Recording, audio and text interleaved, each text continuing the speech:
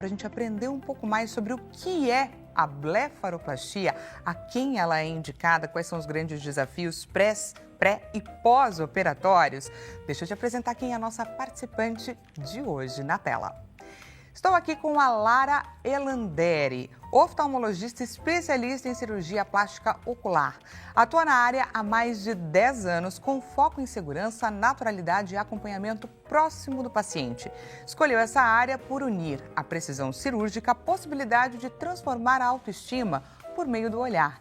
Entre os desafios da especialidade, destaca a banalização de procedimentos na região dos olhos e a importância de priorizar segurança e orientação adequada. Segurança e orientação adequada é para isso que nós estamos aqui hoje, não é, Lara? Seja muito bem-vinda ao Consulta Doutor. Obrigada, Dani. Muito obrigada por me receber.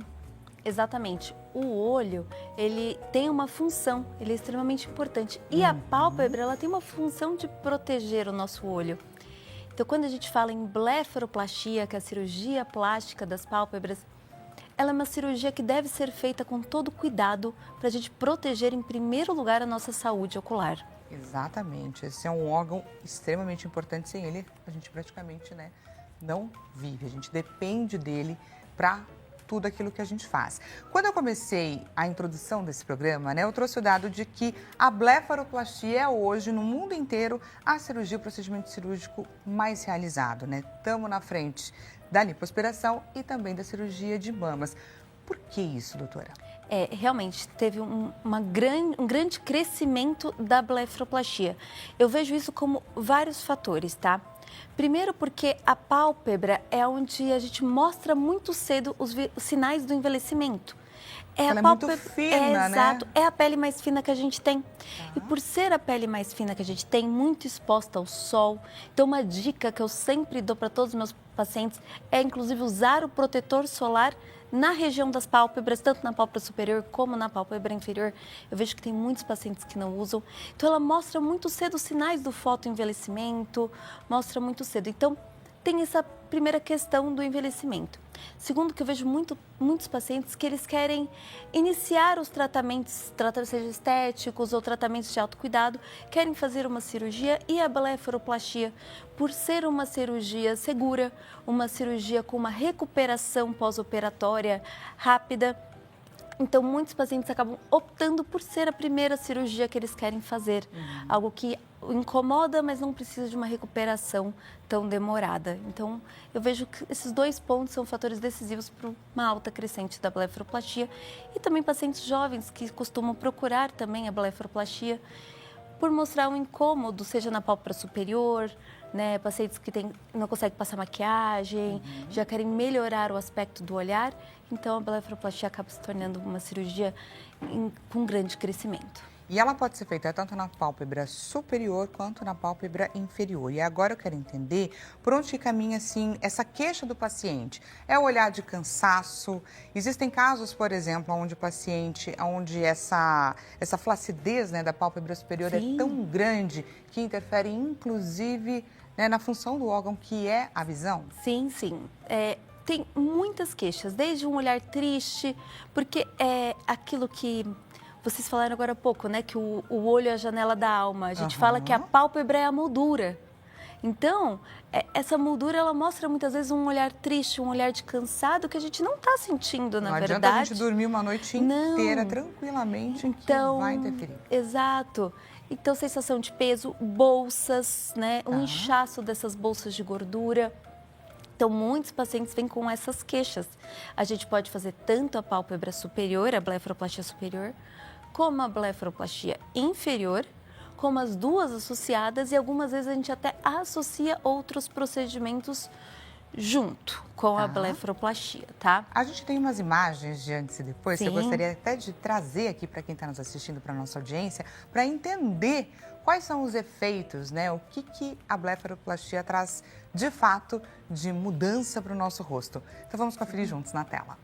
Então, a gente tem aí esse caso de antes e depois. Conta pra gente um pouquinho sobre essa paciente. Essa paciente, uma paciente muito querida, a gente fez a blefaroplastia em pálpebra superior, blefaroplastia em pálpebra inferior via transconjuntival por dentro do olho. A gente entra, remove as bolsinhas do olho e faz um pinte de pele. Tá. né? Então, depois a gente realmente tirou um pouco de pele na pálpebra inferior. Eu fiz uma cantopexia nessa paciente, que ela tinha uma flacidez da pálpebra inferior. Então, a gente fixou o canto dessa pálpebra inferior e eu fiz uma elevação direta do supercílio, que a gente chama de cirurgia de Castanhares. Então, a gente elevou a cauda do supercílio, porque ela tinha uma queda de supercílio para fazer uma abertura desse olhar maior nessa E olha que paciente. bacana, né? A gente consegue ver claramente, a gente tem a elevação desse olhar, então tirou bastante desse olhar de Sim. cansaço e inclusive essa bolsa, né, de gordura. O que leva à formação dessa bolsa, né?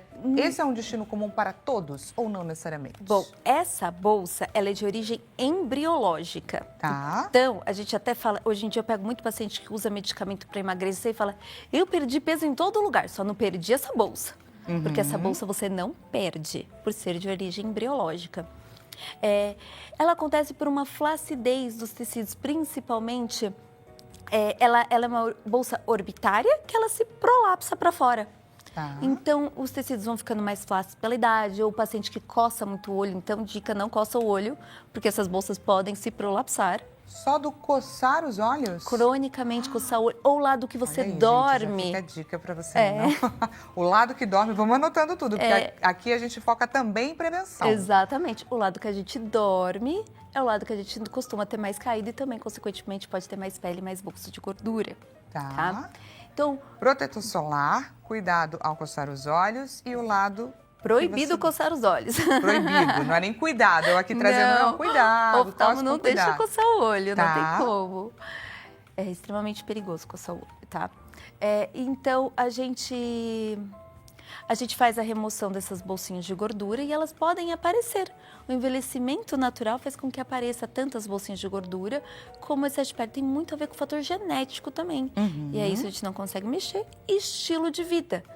Então, a alimentação, né? A gente sempre fala da alimentação balanceada, equilibrada, tomar bastante água. Isso é importante para a nossa pele.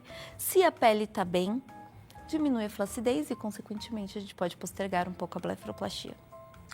Por falar em postergar, quando um paciente chega ali no seu consultório, por onde que caminha essa conversa, né? Imagino que, dependendo da idade do paciente, você leva em consideração se ela deve ser feita agora, se pode ser, né, postergado um pouquinho. O que você leva em consideração? Na verdade, Dani, a idade não é um fator determinante para a cirurgia, Olha que tá? interessante. Então, eu já fiz pacientes muito jovens que tinham sim indicação. Paciente em torno de uns 25, 26, 27 anos, eu já fiz pacientes. E já fiz pacientes bem idosos, em torno de uns 80 e poucos anos de idade também, tá? Então, a idade não é um fator determinante. O que determina é a indicação médica, tá? Então, tem paciente jovem que já tem bolsa de gordura, que já tem excesso de pele, que já não consegue passar um delineado e deseja fazer esse delineado. Muitas pacientes vêm e procuram, inclusive pacientes masculinos. Hoje em dia eu recebo muito paciente masculino, não só mulheres, mas homens também que vêm. Com essa queixa do olho cansado. Exatamente, o olhar mais caído, o olhar mais triste.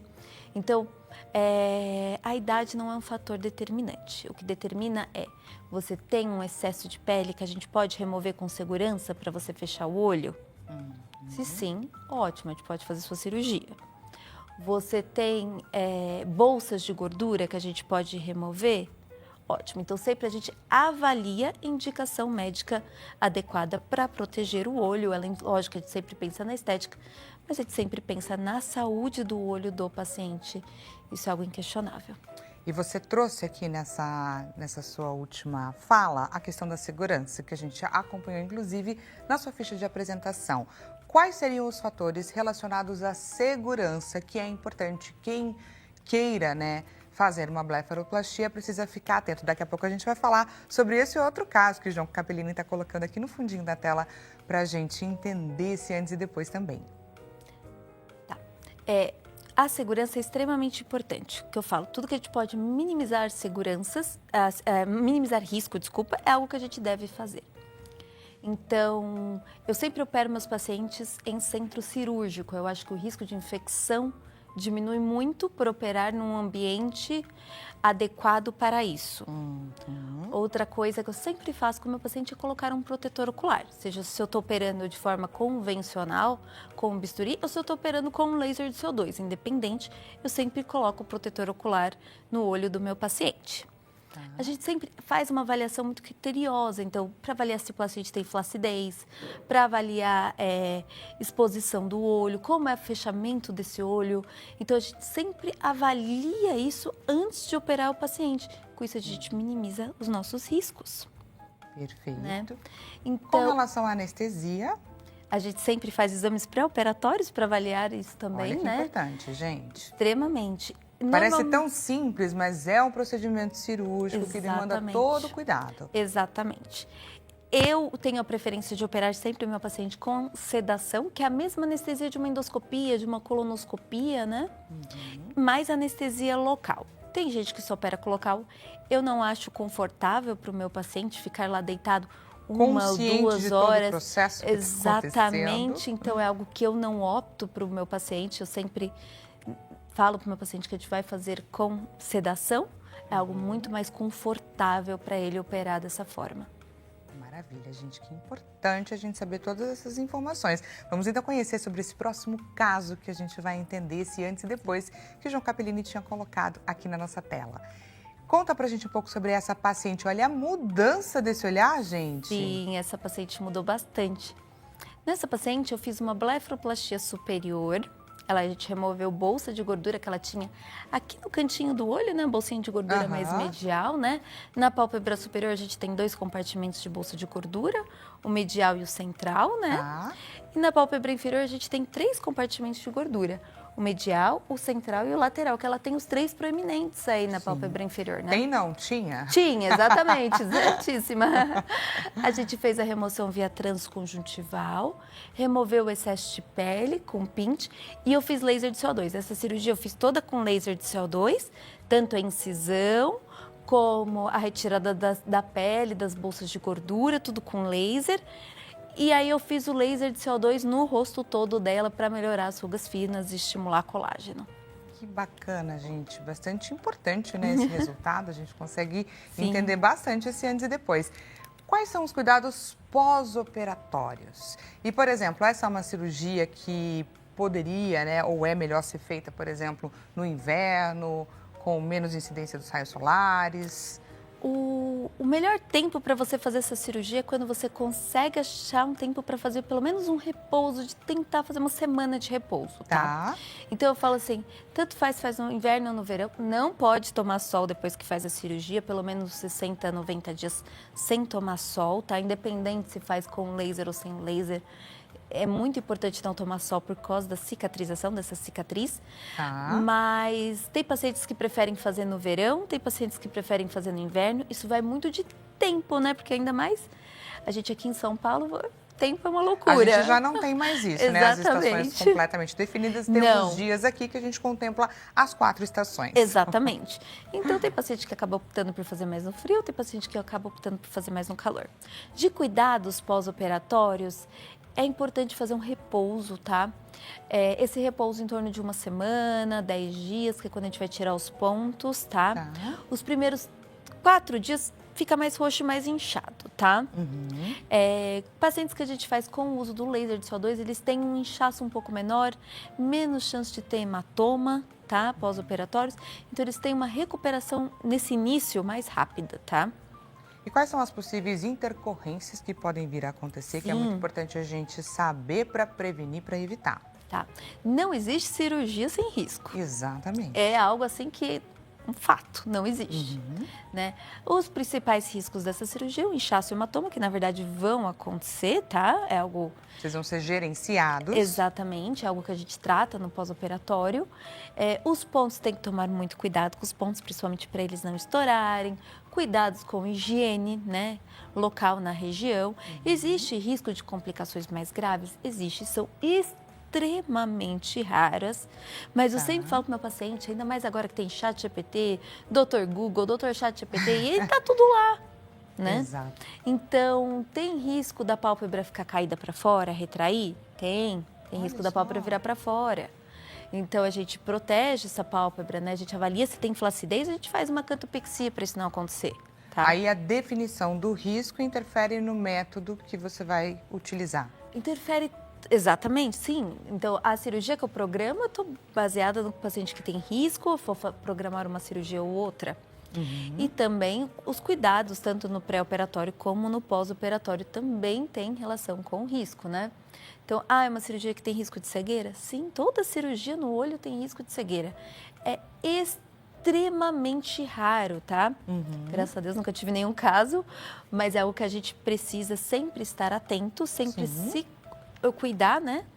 E aí eu sou rigorosa no pós-operatório com o meu paciente. Eu pego meu paciente na mão e falo, vamos lá juntos para não ter nada de risco, né? E todo médico sabe exatamente quando o paciente está fazendo exatamente aquilo que foi orientado e quando, né, a orientação é negligenciada. Alguém não pode fazer essa cirurgia de jeito nenhum por comorbidade, alguma outra questão? Olha, tem pacientes que têm mais risco em operar, né? Pacientes cardiopatas, né, que fazem uso de anticoagulantes, são pacientes que têm mais risco. Não quer dizer que não pode fazer a cirurgia. Isso é algo que a gente conversa, manda uma carta para o cardiologista e o cardiologista manda uma carta para a gente, tá? Então, o não poder é algo muito relativo, tá? Para a gente contraindicar, depende muito do estado clínico do paciente, tá? É óbvio, se o paciente acabou de ter um infarto há um mês atrás, eu não vou indicar a cirurgia agora, a gente vai esperar. Então, tudo tem o seu tempo adequado. Maravilha, gente, muito bacana, não é, esse bate-papo? Vamos juntos conferir o resultado da nossa enquete. Passa muito rápido, não passa? Na tela. Então vamos lá, você considera fazer uma cirurgia nas pálpebras, essa blefaroplastia, em qual situação? Alternativa mais votada, quando a aparência começar a me incomodar. Na sequência, 25% se afetar a minha autoestima, 13% quando interferir na minha visão ou, por último, a alternativa menos votada, apenas com recomendação médica. Gostaria de te agradecer. Muito obrigada por esse bate-papo. Vou pedir, é claro, para a doutora comentar o resultado dessa nossa enquete, mas antes eu aproveito para deixar os contatos. Se você quiser conhecer um pouquinho mais do trabalho dela, ficou alguma dúvida que você não tirou aí com a gente, não perca a oportunidade, doutora Lara Elanderi, oftalmologista especialista em cirurgia plástica ocular. Deixe à sua disposição o WhatsApp DDD 11 929 42 2000, super fácil. O Instagram, doutora Lara Elanderi, está à sua disposição. Vamos lá, doutora. Muito traz obrigada. pra gente comentário e as suas considerações finais. Obrigada. Eu só vou corrigir o WhatsApp que saiu errado. Por favor. Tá? Então é 11 91 942 2000, tá? Mas é o que eu vejo realmente nos meus atendimentos do dia a dia. A grande maioria dos pacientes que vem é porque não está se sentindo bem, seja autoestima, a aparência está incomodando. E é isso que eu falo para o meu paciente. Quando está te incomodando, é o melhor momento para fazer. É aquilo que te incomoda que vai melhorar você, a sua autoestima, que vai te elevar, né? Então, a cirurgia da pálpebra, ela é uma cirurgia que devolve, é algo que me faz muito feliz, é devolver a autoestima e a felicidade para o meu paciente. E para você que está gostando do Consulta, doutora, a gente vai para